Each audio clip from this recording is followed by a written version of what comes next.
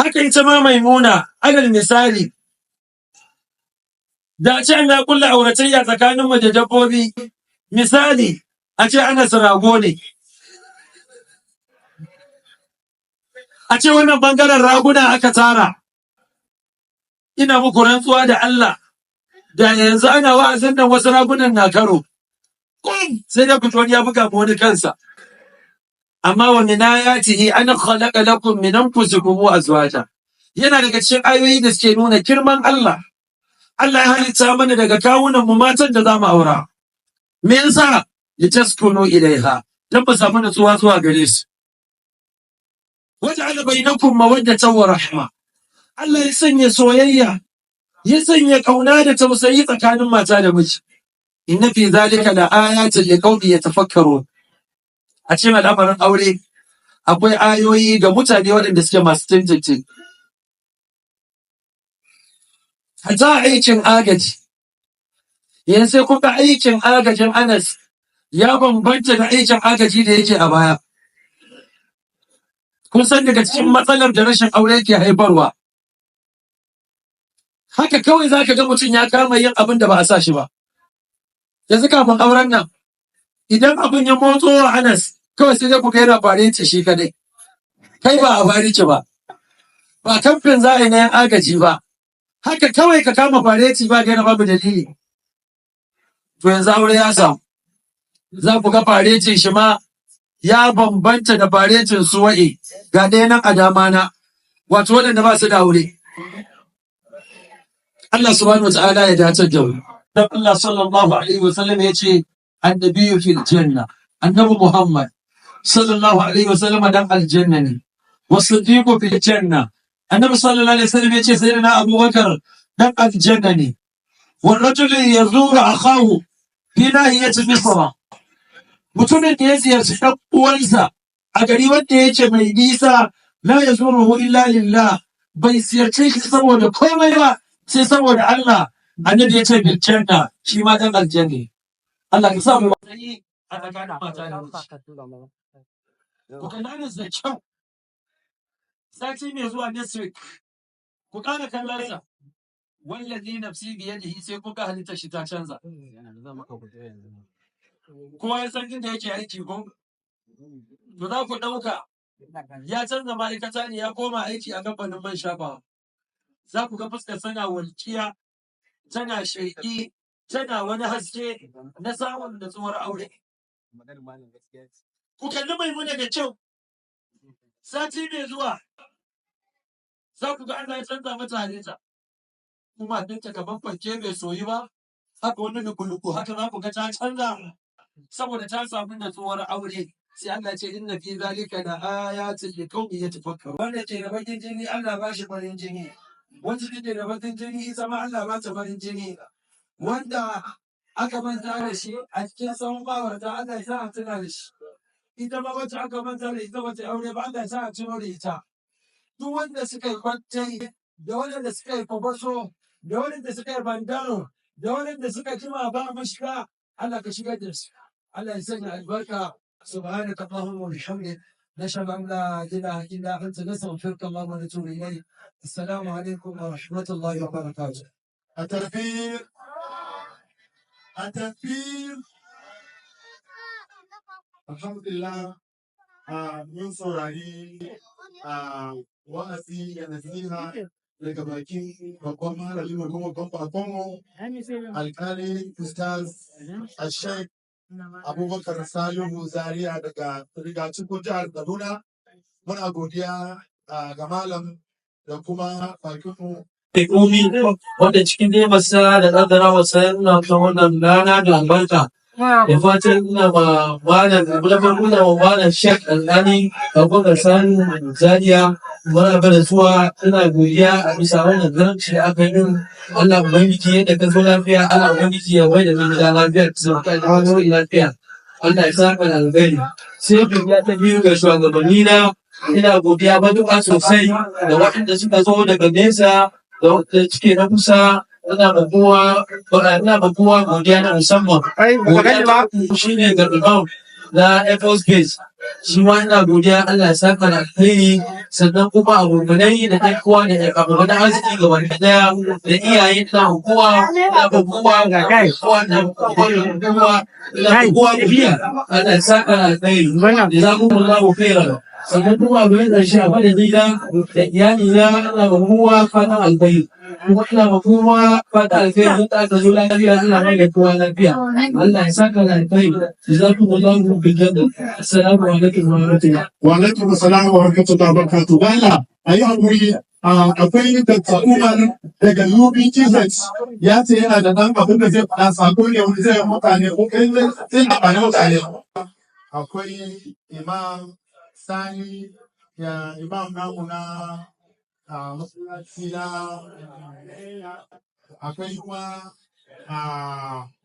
akwai baki da yawa da muka gayyata gaskiya ba za mu samu damar a kwanta sunayensu ba kuma ana amfani da wannan dama muna masa barka da zuwa duk wanda suka zo daga kusa daga nesa muna musu barka da zuwa kuma an ji irin jan hankali da shi malam ya mana musamman wanda ba su yi niyyar kai aure ba musamman matan da ta yi kene ke ne ba ta so abin da kishiya kin ji malam kuma ya yi addu'a yan din kene ne kamar suna nan suna jira yan din kin tare saboda haka ku ba da dama a shi wani ɗaya ku ba da dama a shi wani uku ku ba da dama a shi wani hudu kai kuma daga zauna ka ki kai aure ga suna jiran ka kai ma an da ranka nasiha muna bada in za mu saka a cikin aiki Allah ya mu shi jagoran mu zai gabatar da mai wa'azi na gaba sai a yi hakuri a bada minti. Allah ya sanya albarka a ciki kuma Allah ya sa da alkhairi da wannan namijin kokari da ya yi lura daga inda ya taso daga nesa ba kowane malami bane a wannan lokaci da muke ciki a wannan ƙasa a wannan yanayi da muke ciki na ga tsaro ga tsoro wannan zai tashi shigo wannan yanki namu domin walima ba lallai malam ya yi kokari muna yi masa addu'a Allah ubangiji subhanahu wa ta'ala ya san gama da alkhairi wannan auren da kika aka yi yau a wani kanin mu ma yau da safen na mun halarci tasu walima wanda daga nan ne muka ɗunguma muka je wajen tarban malam wanda shi kuma muka zagaya da shi wajen sarakuna da shugabanni. Alhamdulillah. Masha Allah. Babban bako namu Sheikh Alkali daga jihar Kaduna muna maka sannan zuwa. Abubuwan da za mu faɗa a kai shi ne, wato matsalolin da mu iyaye da kuma ku iyaye mata da muka bar ‘ya'yanmu muka ɗaure musu gindi suke yi abin da suke yi. Duk musulmin kirki a yau, wanda ya zo nan gurin a yanzu, ina ganin zai yi sha'awa wannan walima fiye da sauran bukukuwa da ake yi. Wato sauran bukukuwa da ake yi, ‘ya'yanmu da muka haifa, ‘ya'yan abokanmu, ‘ya'yan musulmi, wallahi azim, giya ake siya. Giya, mun shiga ƙananan kaya, mun je bukukuwa, mun ga inda ake sayan giya ake watsawa. ‘Ya'yan musulmi ne, ‘ya'yan arewa ne, mun baro arewa mun zo nan. Wannan lalacewa ta tsaya ne daga mu iyaye, ba mu ba ‘ya'yan tarbiyya ba, muka ce haka Allah ya so, haka kuma Allah zai samu auta. Wallahi in da kace haka Allah ya so, tun da kace haka Allah ya so, haka Allah ya so ya sa ma'auta. Saboda me? Saboda yanzu abin da yake tafiya shi ne, ‘ya'yanmu ne ɓarayi, har akwai wata sata da ake yi a arewa da igiya da za kawo ta nan da. Wannan lalacewa mu iyaye mun koma bace haka ‘ya'yan, ba abin da za mu iya cewa ‘ya'yan, ai akwai Allah abin da zai ce mu. Kuma wallahi azim, yanzu abin da ake kira cultism, wato ƙungiya asiri, har a cikin ‘ya'yan Hausawa ‘yan Arewa har akwai sunan ƙungiyar da aiki Inspector General of Police bai san sunanta ba. ‘Yan Arewa suna da hoton da suke bikin, ‘ya'yanmu ne suke bikin a kan ƙungiya, kuma mu iyayen mun ce wai ba wai sun fi ƙarfin haka nan za a samu. Wallahi azim muna da ƙalubale. Muna da ƙalubale. Duk wani abu da ka sani da ‘yan garin nan suke yi na laifi, wallahi azim, ‘ya'yanmu suna yi, ‘ya'yanmu ne suke ma koya wa ‘yan Benin wani abu. Wannan lalacewa mun yi sake. Ba a maganar wai yawo. Wannan ma wai wani abu ne shi wannan gidan ruwan dare ne wasu gidan kowa da shi. Ba ya aka yi ka samu kuɗi ba, wai ya aka yi baka samu ba. Wato wannan lalacewa, wallahi azim tashi. Malam a bayaninsa ya ce yana wucewa sai ya ga mata, sai ya ga yara, sai ya tambaya wai ko wannan walima suka zo, ba walima suka zo ba. Wata wanda ke faruwa shi ne mata da yaya da ‘ya'yansu, mace a gida daga arewa za ta zo nan ta zo bara, za ta tilasta wa miji ya sake ta dole. Binciken mu ya nuna mana haka. Kuma ta zagayo ta windo ta ɗebo ‘ya'yan, idan ta zo ta raba ‘ya'yan. ‘Ya'yan su ka kawo wa kuɗi, wallahi uba bai sani ba a yau. To wannan matsala, kuma akwai ainihin wanda su aikinsu su mata ne, sai dai su je su ɗebo ‘ya'yan mutane su zo nan su ba da su haya. Kuma muna gani mun ce haka Allah ya jarabe mu. Allah ya jarabe mu, amma za a samu. Wannan matsala da muke gani muna cikinta. Yanzu haka gwamnatin jiha ta turo mana da takarda cewa waɗannan almajiran za ta kore su. Wallahi za ta kore su, kuma za mu ba ta goyon baya ta kore su.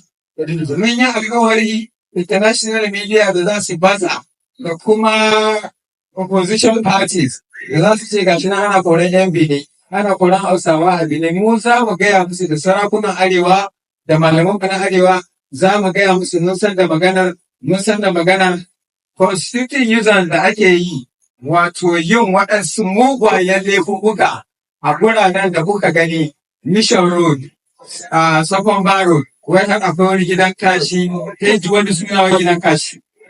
Ai mutanen kashi ne. Ko ba shi bane? Ku saboda haka wannan gurare, idan kina da ƴaƴa, idan kin zo bara, idan kina da ƴaƴa, ki fara ƙara gaba kafin gwamnati ta ɗauki mataki. Ta ba mu takarda, yanzu duka ɗan fashi suna ƙarƙashin wurin da ake bara.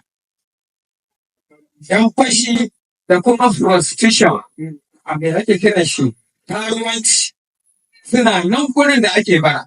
Wallahi azin ka zo wurin da ake bara da daddare, wallahi sai ka ji kunya. Kaga ana ɗiban su, ana zuwa ana dawowa da su, wai kuma musulmi ne, wai kuma ‘yan arewa ne. Saboda haka duk wacce ta san kar ta samu wulaƙancin kora ta ƙara gaba. Gwamnati ta ba mu lokaci, ta ba mu leta, na zauna da kwamishina of human affairs, wato kwamishina mai jin daɗin mata da yara. Na zauna da ita, ta ce me take so, na zauna da ita da sarakunan mu, ta ce me take so, mu ba ta goyon baya a kore su. Wallahi mun yarda mu ba ta goyon baya. Salamu alaikum.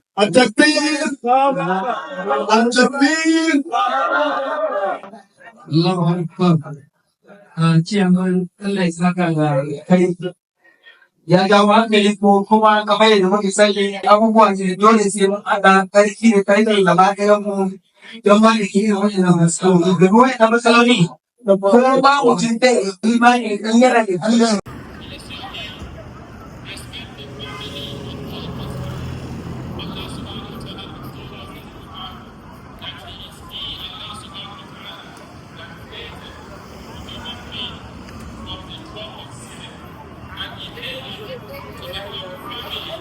from your progeny, and also family, from marital relationship, and if your children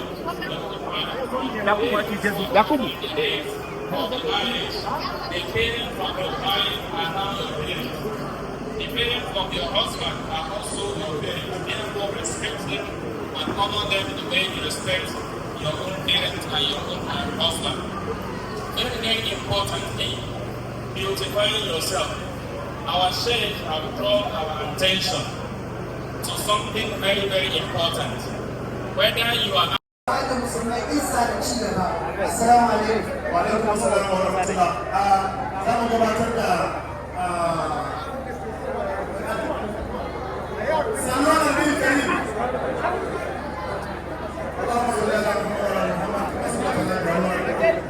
Wa ala Muhammad wa ala Muhammad. Wa barakatuh ala Muhammad.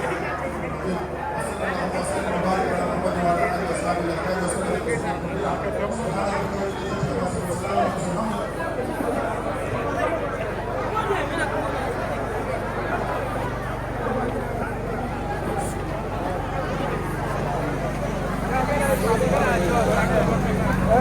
Ga